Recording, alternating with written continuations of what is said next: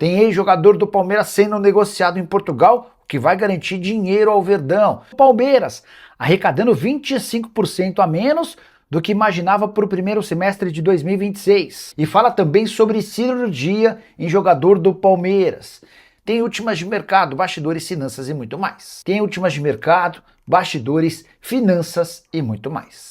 Fala aí pessoal, sou Jorge Nicola, bem-vindos a mais um vídeo do canal, sempre bom ter vocês por aqui. Sem perder tempo, pedir para deixar like, se inscrever no canal e ativar as notificações. Contei para vocês outro dia que o Palmeiras ainda busca 273 milhões de reais com transferências de atletas. Podemos tirar mais 7 milhões e meio de reais desse número. Tudo porque Gabriel Silva está trocando o Santa Clara pelo Braga, ambos clubes portugueses. Gabriel Silva, atleta formado na base do Palmeiras, chegou a ser importante no time sub-20 e acabou negociado com o Santa Clara. Temporada passada, no futebol português, de 37 jogos, 10 gols e uma assistência. Chegaram a especular que o Gabriel poderia se mudar para o Sport e no final das contas, operação fechada com o Braga, 3 milhões e meio de euros fixos, mais 1 milhão de euros em bônus por 80% dos direitos econômicos. Quando o Palmeiras vendeu o Gabriel Silva para o Santa Clara, ficou combinado que 50% do lucro seria dividido. O Palmeiras havia o vendido para o Santa Clara por 1 milhão de euros, ou seja, o lucro nessa operação de 3 milhões e meio de euros é de 2,5 milhões de euros, com o Palmeiras ficando com 1 milhão 250 mil euros. A gente está falando de mais ou menos 7 milhões e meio de reais, e olha que nessa conta nem estou colocando o percentual do mecanismo de solidariedade, aquela cláusula criada pela FIFA para beneficiar clubes formadores. O Gabriel Silva tem potencial para continuar rendendo e se performar bem no Braga deve alçar voos maiores. O Palmeiras segue no mercado em busca de contratações, mas mais do que isso de vendas, até porque essa necessidade alta de conseguir obtenção de venda de atletas para bancar a projeção orçamentária de 400 milhões de reais ainda é um problema. Só para completar de vez em relação ao Palmeiras, já havia contado para vocês que o zagueiro Nino está descartado pelo Verdão. Atleta que foi alvo do Palmeiras, houve um acordo entre Palmeiras e Nino no início da temporada, mas diante da insistência do Zenit em uma operação de 15 milhões de euros, o negócio está desfeito. E o Palmeiras arrecadou 25% a menos do que o previsto nesses primeiros 4 meses do ano, quando o assunto foi bilheteria. No planejamento orçamentário do Verdão estava prevista a arrecadação de 19 milhões e 900 mil reais com ingressos. Acontece que o Palmeiras ficou em 14 milhões e 600 mil, um prejuízo, uma perda de 5 milhões e 300 mil reais que vão precisar ser recuperados ao longo do segundo semestre. O que explica essa diferença? O Palmeiras precisou jogar 11 vezes na Arena Barueri ao longo do primeiro semestre, tudo por causa da troca do gramado e também por conta da realização de alguns shows. E a Arena Barueri, de fato, isso é muito óbvio, não caiu no gosto do torcedor palmeirense. Qualquer jogo por lá e a média de receita é muito menor, além também do público presente. O Palmeiras imagina ser capaz de faturar 62 milhões de reais com bilheteria e receitas relacionadas a jogos na temporada de 2026. Vai haver necessidade de uma bela escalonagem, um crescimento grande nesse segundo semestre para que essa meta seja alcançada, com a importante observação de que outros jogos ao longo do ano serão repassados para a Arena Barueri por causa da realização de shows. E tem lateral do Palmeiras passando por cirurgia. Jefté teve que operar nesse domingo por conta de um problema no menisco. Você não deve ter entendido nada, né? Os caras estão de férias e o Jefté se machucou no período de férias? Não, não foi bem assim, quero te contar em detalhes. No último jogo antes da pausa para a Copa, contra a Chapecoense, o Jefté sofreu uma torção no joelho. Acontece que ele nem conseguiu dar muita atenção a esse problema porque no dia seguinte foi à maternidade com a sua esposa para ganhar seu filho. Nessa segunda-feira da maternidade, ele sentiu muitas dores no joelho e comunicou ao pessoal do Palmeiras. Acontece que por conta de todo esse envolvimento com o filho, ele só foi passar por exames que apontaram um problema no menisco dias depois. E a opção do departamento médico do Palmeiras foi da realização de uma cirurgia ao longo desse domingo para a sutura do menisco. Nem é o procedimento mais natural, muitas vezes o menisco é retirado e a recuperação acontece em mais ou menos um mês. Com a sutura do menisco, você garante uma vida mais longa para o atleta, no que diz respeito à condição profissional. Mas o tempo de recuperação aumenta de 4 a 6 meses. Dessa maneira, dá para imaginar que o Palmeiras não tenha mais o GFT à sua disposição ao longo da temporada. Restariam o Piquerez, titular absoluto, e o Arthur, que deixou excelente impressão. Não foram uma ou duas, foram várias vezes em que se especularam que o Palmeiras contrataria um lateral esquerdo para a janela de julho. E a justificativa da minha fonte no Palmeiras para negar qualquer possibilidade de acordo é que o Palmeiras tinha 3 laterais à disposição. Sem o GFT, certamente esse barulho em relação a um lateral esquerdo novo vai aumentar. Mas a pergunta que eu deixo para você, qual é a lógica de contratar um lateral esquerdo, tendo o Piquerez, um dos melhores da posição na América do Sul, e o Arthur, que tem demonstrado enorme capacidade e potencial para se tornar peça super importante?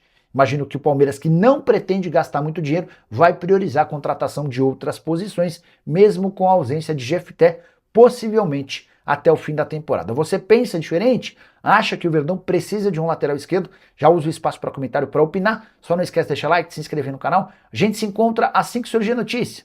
Tchau. Arthur, eu conversei com o Pelaipe, nem preciso chamá-lo de novo. É assim, ó, o Pelaipe gosta muito do Arthur. E pelo Pelaipe vai haver uma força-tarefa pela permanência do Arthur. Mas dá para dizer, Belto, que o Pelaipe não tem muita companhia nessa predileção pelo Arthur. E aí eu vou explicar. A avaliação de muita gente dentro do Grêmio é de que o custo-benefício do Arthur não é bom. O cara ganha na casa dos 2 milhões de reais por mês, tem 5 milhões de euros de dívida da Juventus, que já passaram, e mais 5 milhões de euros desse último ano de contrato. Para que a Juventus rescindisse com o Arthur, na teoria, o Grêmio precisaria assumir esses 2 compromissos, de 5 milhões de euros que passaram e de 5 milhões de euros que ainda estão por vencer. E o Grêmio disse, não, esquece, menor chance.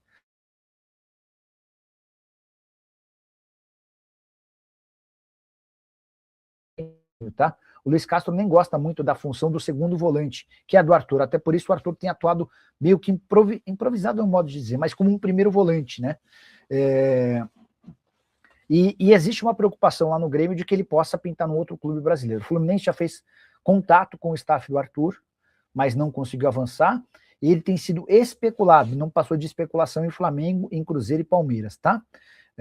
Vamos ter que aguardar mais um pouquinho para entender como é que vai funcionar, mas, cara, eu acho que seria uma baita perda. O Arthur é muito bom jogador, enorme dedicação, e aqui vem um ponto talvez mais importante. Pelo Arthur, a ideia é repetir meio que a carreira do Jeromel e ficar até a aposentadoria, só jogar no Grêmio, enfim.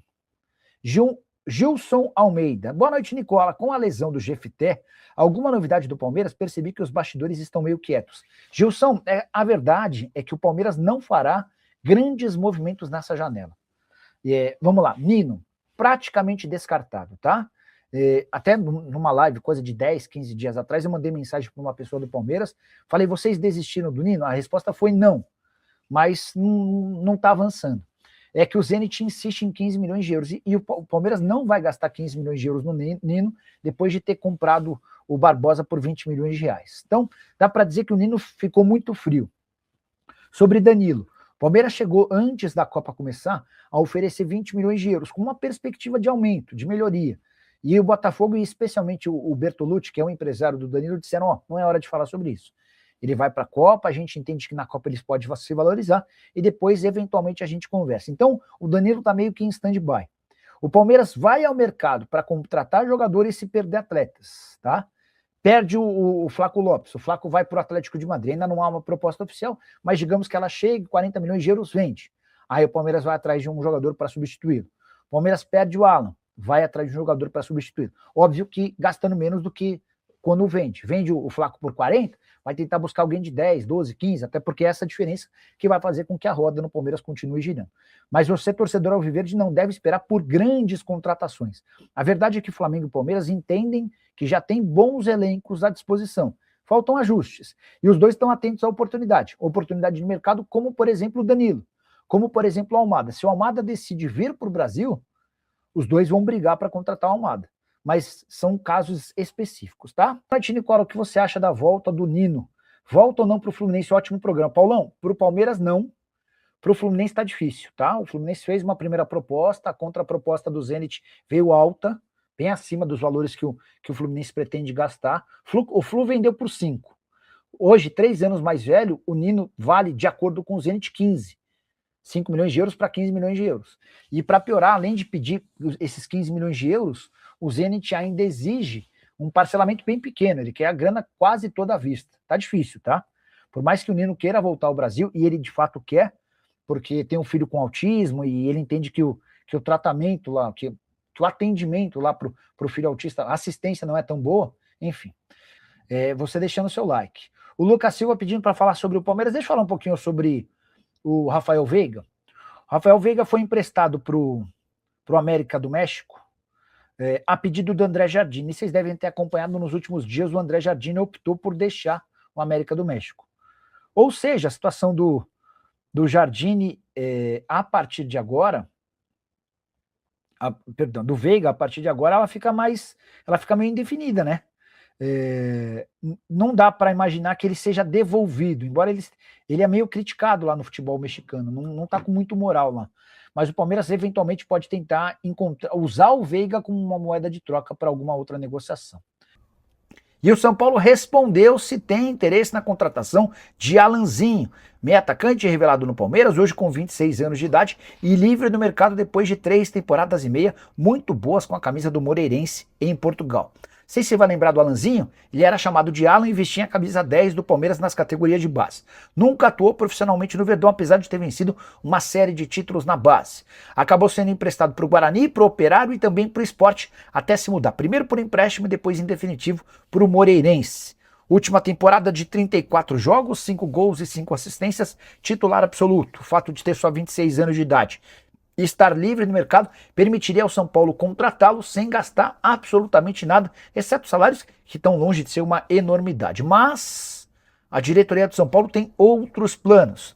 Abre aspas para um dirigente importante do departamento de futebol tricolor: não temos nada com esse atleta, pode cravar.